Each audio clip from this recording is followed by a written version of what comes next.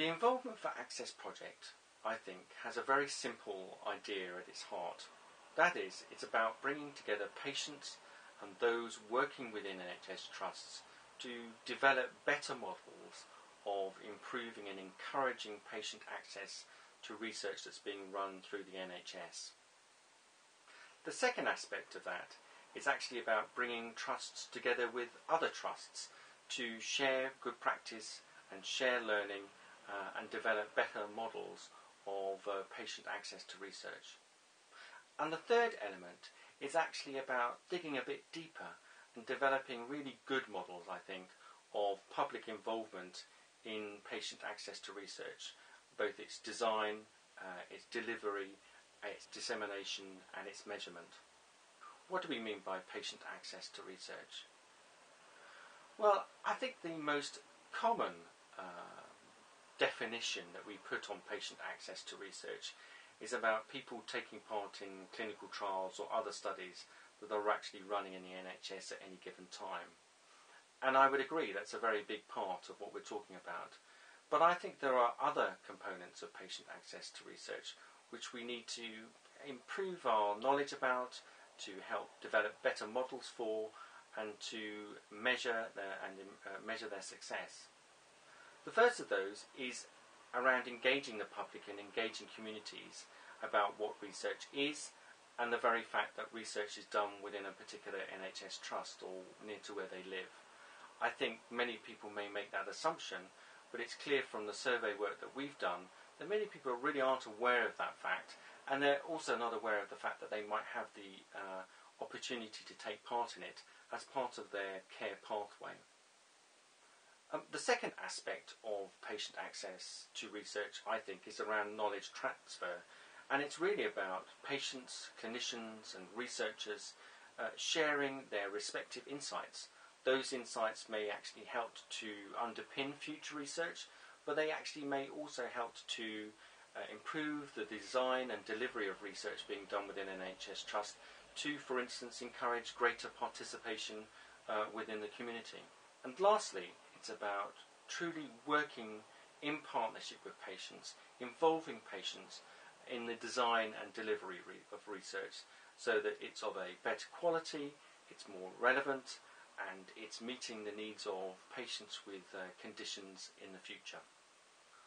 Well, of course, for many years, patients have taken part in research conducted through the NHS.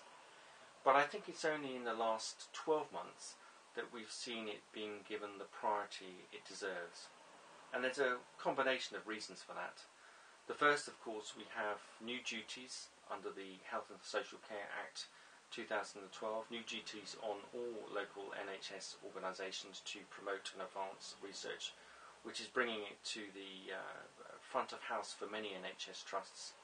The second is that patients have new levers and new rights to use in order to exercise their right to choose to take part in appropriate and relevant research.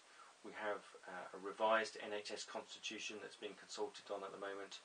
We also have an NHS choice framework around research that's likely to appear alongside the NHS mandate. And lastly, I think we've just generally got a change in the culture of patient communities and in society at large, which is making people more aware about research and more aware of the possibilities for them of taking part in such research as part of their care and treatment, as part of their normal care pathway. I think those combination of reasons means that it should be a matter of priority for all NHS trust boards in terms of how they think about the services they deliver to their local communities. If you're interested in taking part in the Involvement4Access project, you'll find a project summary and all the criteria on the website. But what I would say at the moment is that we are casting our net very wide at the moment. We want to hear from patients and or researchers who not only actually have projects underway which are about improving patient access to research, but perhaps have projects under consideration or are committed to doing so in the near future.